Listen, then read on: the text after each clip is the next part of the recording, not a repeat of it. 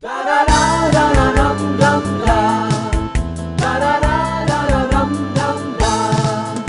If there's anything that you want, if there's anything I can do, just call on me and I'll send it along with love from me to you. I've got everything G'day, Ronnie, that old you man. want. Gregory, how are you, old boy? Not bad, old chappie. What are you doing? Oh, I'm talking to you. And and the question I'd ask you, Greg, is, and I know a lot of the background already, why did you go to England? Two reasons, Ronald. Um, One, I was probably not overjoyed in the banking sector. It was time to move.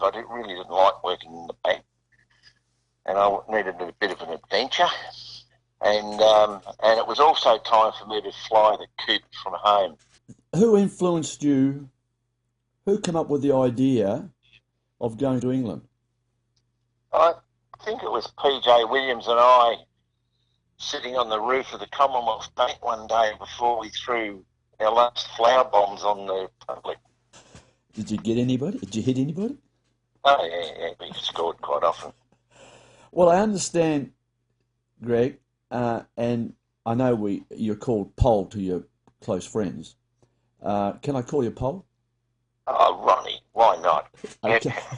Get bloody time. Pole, I believe you set up a bank account system with Mick Hobden, Buzz, Pete, Pistol, and yourself. Yeah, and there were a couple of others too, and the conditions of the deal were that if you didn't deposit your money on time, you were out. And Did, there was one guy, a big tall fella, whose name he was outed because our rules were pretty strict. um, Greg, so there was more than just the four, so there were other boys included at the time. There were a couple of guys that were interested and thought that they might like to come with us. Didn't Anyway, matter because we had a bank account and we contributed madly and we worked like dogs to put the money in there. And one of my fond memories was all of our fruit picking, particularly apple picking down the hill in most weekends. And we used to race down there, and I think it was Mick's father's truck. And after apple picking, we'd load up all the reject apples in the boxes that we borrowed from the farm and go around knocking on doors at night and selling those apples. The only problem was the top two rows were in A1 condition and they deteriorated further as you got to the bottom. your marketing skills and selling ability was coming. Well, Ronnie, I can't remember the other guys doing much of that door knocking. I think I did most of that. I would imagine they'd say, "Greg, you go and knock on that door. We'll back you up." And particularly for those public in Sandy Bay, Ronnie, when they're being told that these are the last of the season's apples and that there was going to be a major shortage, so grab them while you can. Gee, what marketing, Greg? That is unbelievable, isn't it? Did you ever go up to Pontville? The boys talk about working at Yeah, the rifle range. Did you do that? yep. Yeah, well, I was a member of the Pontville Shooting Club and introduced to that by a fellow called John Ford, who was the recruiting manager at the Commonwealth Bank. And he was a clean shooter, and I loved shooting and guns and all that stuff. So he actually organised my first 303 for me. He loaned it to me. And so I used to go up there a fair bit. And then we found out that we could get some extra money by working the targets up there. So I think I used to shoot in the morning, have a couple of rounds, and then race up the other end and work the targets. That's So incredible. that was another little income earner. What you did to raise money to go away, Greg, it's incredible. And of course the Oh, amount of Ronnie, it's where do you come from, mate? Like my father, any time I ever asked for something, he'd say, "How much money you got?" And kick your bum and get you out and go to work, mate. And I was selling Heralds as a young bloke. I can't remember how old I was. I was pretty young, probably about 8 or 10 or something. I used to get a halfpenny for every Herald I sold at night. God, a halfpenny, God. Halfpenny, mate. And mate, I was loaded. What, Greg? Can you just remember how much the fare one way to England was on a boat? Can you just? Uh, Can't remember, mate. No, I've asked. If John Kagan's still alive, take a pistol to give him a he'll tell you. Okay, that's interesting. Buzz and Mick Hobden have left. They're gone. You're leaving a little bit later. Yeah, they went after Alan Pist and I went through the series. Yeah, they wanted to further their education in Panama City and those places. And places like that. Okay. Pistol Oh, and I were more interested in the pyramids in Egypt and that sort of stuff. and so you're on the boat. What was it like on the boat, Greg? Fantastic, mate. It was like being blessed. Being blessed today is a picture that you guys have already seen of Pistol and I standing on waving away. And I think within about 2 hours we were totally smashed. And that was our introduction to drinking Benedictine for the very first time with a fella called Frank. And it was great. We loved it. And we stopped at some good places and made some good friends. That's fantastic, Greg. And you went through the Suez and you Cairo, Port Said, and all those type of places, and as we saw on the slides, arriving. Just before we go any further, anything happened on any of those trips? In like Cairo and places like that. Anything comes to mind that was an event to be mentioned? Well, the biggest one I can remember was that my father was there in the war, and he told me to be careful. Anything that was wrapped wouldn't have the contents that you thought it did have. And we found that with some nicely camel skin bound books or albums, actually, photo albums. Yeah. It turned out to be a block of wood in the middle with little lines on it that made it look like pages. Oh, They were wrapped in plastic. And the same fellow that sold me those that I managed to get my money back. But he actually traded me, that's right, he traded me sunglasses for 2 of those albums. And Pistol and I back on the bus, and we had a look, and opened them up, and there was a block instead of pages. So I dived off the bus, ran back to this guy who was busily showing everybody his new sunglasses, gave him a little friendly, if you know what I mean, I do. and grabbed my sunnies and bolted, and I just got back to the bus before they were able to assassinate me. And then their language changed from not being able to speak English to calling us all those vaginal names and things like that. So, Greg, Through the window of the bus. Film, if you bought any film, there was no film in that. I think I've told you that before, haven't no, I didn't know that. Yeah, you buy Kodak film, and you know how you got about an inch of it hanging out the side of the cylinder, Yes. little cylinder that you pull across your camera and hook it up. Yeah. Before digital was invented, and anyway, when you pulled the film out and wound it on about 2 clicks, that was the end of it. There was no film in the thing. It was empty. Oh, and they were the Arabs, I suppose. Yeah. Yeah. And they just loved to rip off the tourists. But anyway, I didn't listen to my father, but yeah, You were learning. we learned the hard way, mate. Yeah. Just reflect again. The phone went a bit funny, but just recap the books, Greg. So you went to this particular fellow who was selling books Camel bound photo albums and they're in plastic. wrapped in plastic. And So when you looked at it, the front looked great, and the back, and he had one there that you could have a look at and flick through the pages and see how many photos you could fit in it. So you buy one of those that was already bound up in plastic, ready for gifting or whatever. And of course, there were no pages in these things. It was like it was like a block of cardboard, if you like, hollow, no Jeez. pages. with that happening or that little event that took place, Greg, did it give you any ideas? I might just. Might have given me some ideas that I wasn't too keen on Arab. Yeah. And I'm still not. I know. I remember the captain of the ship when we came through. He said, "I'd advise you don't get off the boat." Yeah. Just we were dead lucky though, really. How we didn't get into more stuff. Greg, We were totally. and I understand, Greg, that yourself and Pistol got off in Naples. Yep, that's right. And, All and dressed up in our trench coats with our thin club ties and our suitcases. No, we looked like a couple of watch thieves, I thought. Especially in our trench coats. But we did have underwear on, oh, guaranteed. and Yep. and Mick Hobden was there on time to meet you. Yeah, well, that bit is, I can remember most things, but I can't actually remember where Mick met us. Yeah, no, I can't remember that. And speaking to Mick, That's the only blank that I've got. What did Mick tell you? well, Mick just said there was an arrangement to meet you there at that particular time, that particular date, etc. Did he turn up?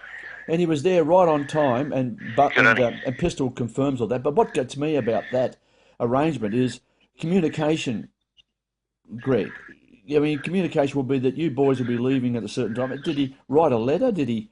Oh, I can't remember, Ronnie. That's the one part of the whole thing that I can remember lots of stuff that you and I've talked about in the past. But that particular bit, and apologies to Ace, but I can't quite remember that little bit. But anyway, I do know that we took off to Pompeii virtually straight away. Yeah. Went out into Vesuvius and had a look at Pompeii and so on. And I think somebody lost their gear. It was I don't know, something was stolen. I can't remember whether it was my camera or Pistol's camera or bags or something. Yeah. But anyway, so, well, that's the question. Mick didn't stay with us on our hitchhiking all the way to England, though, did he? So the story is, you arrived at Naples, you met up, and then you were going to not get on a bus or a train or anything like that and move forward towards England, but you're going to hitchhike all the way. Yeah. Bit dangerous, do you think? You see, Ronnie, remember we lived in Tassie, mate, and crap and corruption hadn't been invented by then, and if it had, we didn't know about it. Yeah. So we thought everyone was honest. We'll trust him. Yeah. Yeah. And I reckon that's the way. It'd be nice if people felt like that today too, because there are still a few honest people like you and I left, Ronnie. Exactly. We wouldn't steal a thing. Wouldn't steal anything. Wouldn't steal anything. Greg, your parents would have gone through the itinerary with you before leaving and saying, right, okay, boys, you're going to get off in Naples, now you're going to hitchhike all the way up through there, through France, into Belgium, whatever, all those places, and then eventually you get on a boat and go across to England. I think that's reasonable. What, that my parents would have double-checked the itinerary? Yeah, I would have thought that our parents would have thought, hey, I don't like the sound of that. Oh, I don't know, mate. I can't remember that either. I think my dad was pretty cool about it. He just kept telling me to watch out for things. Yeah. He's been there and been involved in all that. Well, there's some... And my mother gave me a complete bototomy to make sure that everything was in place. And away we went and didn't do any of the things that she told me to do, which was normal. Yeah. Both the boys have mentioned that you had to split up to hitchhike to your destination. Ah, now you're ringing a bell, Ronald. Yeah. Yeah. And is that when Ace went off on his own? Correct. That's right. Brownie didn't turn up. That's right. He was supposed to be there too. Yeah, well, he didn't have the money. And he said that the only way to be able to get a ride was to split up. And I think it might have been you and Pistol together and Buzz and Mick went by himself. Now, and then you suddenly had a rendezvous point where you just wait and hopefully meet each other. Now I remember now. We used to put one hitchhiker further back up the road. Yeah. And then, or two, but not three. And when we get picked up, then we do the, can you pick up my mate? He's just around the corner, that routine. And I think that worked a fair bit. That you then went to Munich Beer Festival.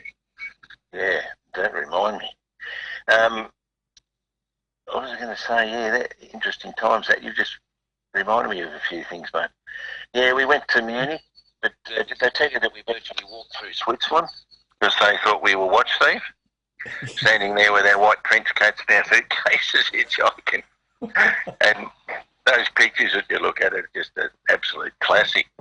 Got our bulging suitcases with a bit of rope wrapped around the guts of it. Um,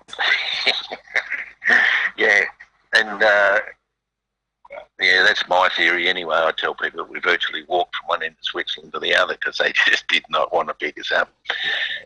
Anyway, yeah, Munich Beer Festival. Yeah, I remember that. We tried to do what the Germans were doing, drinking these massive big steins of beer. And I think we kept up reasonably well. And that night, I remember sleeping in the station. I think it was Munich Station on the benches. There was nowhere else to stay. The place was packed. And I don't know whether the boys remember this, Ronnie. That was the year when the headlines in Australia were Aussies wreck German Beer Festival. Oh, did you hear that one? I did. Yeah. That all makes sense. There were some terrific stories that cross-reference there with you boys coming across to eventually coming to England. And well, the one that Pistol wouldn't have told you, that I'm quite happy to admit, is when I got on the ferry to go across to arrive in Dover, I was totally skint. I didn't have a razoo, and I'd supposedly saved up enough money to keep me going for 12 months. Unbelievable. And it was all Piss's fault and Hobden's for getting me involved in alcoholism. Oh. All right, I've never looked back. Fantastic. Just on that very point, Mick said similar things about money. He ran out of money. Pistol said, I think he said, "I'll loan you some money," and which he did. And Mick has also made reference that you went to the consul, the Australian house somewhere in Europe, and got an advance on some money. Does that ring a bell? No, I don't know if I did. I don't think I did that. Yeah, I think. Anyway, no, no. Pistol loaned me the money. Yeah, Pistol seems to be the man of money there, didn't he? Mate, he was loaded. He's always been like that. Like I think it was only a matter of days after we arrived there that we were working. And we got to England. Yeah, well, what I understand, Greg, I'll just prompt your memory. You've gone across the channel, the three of you. Buzz is in Grove Road in Surbiton. Mick, by accident, met with Murray Fisher, and invited you into Grove Road, and you all bunked into Grove Road as starters. Yep, that's right. And then you just were able to just walk into jobs pretty quickly. Oh, we didn't make a bet, mate. We were banging on doors all over the place. And we did just about absolutely anything or everything. You remember all that, though, Ronnie? I do. Remember when I did my degree at bakery work? You know, throwing the icing on top of cakes when they came out of the oven. But now, and is that just you, or was it Buzz, or was it Pistol? I don't know. I tend to have got a feeling there was someone else there because we both got the sack. Yeah, I think it was Brownlee, because instead of putting the icing on the cakes, we decided to throw it on each other and got caught. So we were terminated for that. That's incredible. Pretty sure that was Buzz and I. Just reflecting back on Pistol, he said that he was pre-organised with a job already in England when he arrived. He was a pretty organised character, Pistol. Bloody oath, mate. Don't worry about the old piss. He was straight up to Newmarket, and he got himself involved up there and furthered his racing career. He wanted me to go up there, but horses didn't like me, and I didn't like them that much, so I didn't go. I believe that Mick Hobden's been accredited with the fact of finding Rythe Road in Claygate. Oh, no, I'd have to dispute that one. He didn't. Unless he came with me. But I'm pretty sure I was the major instigator of that one. But I'll stand corrected, though, of course, and I won't lose any sleep over it. But you're saying no, I remember getting togged up in a suit and having this wonderful spiel that I put over, and as you can remember those, Ronnie, got it through the shed a few times. And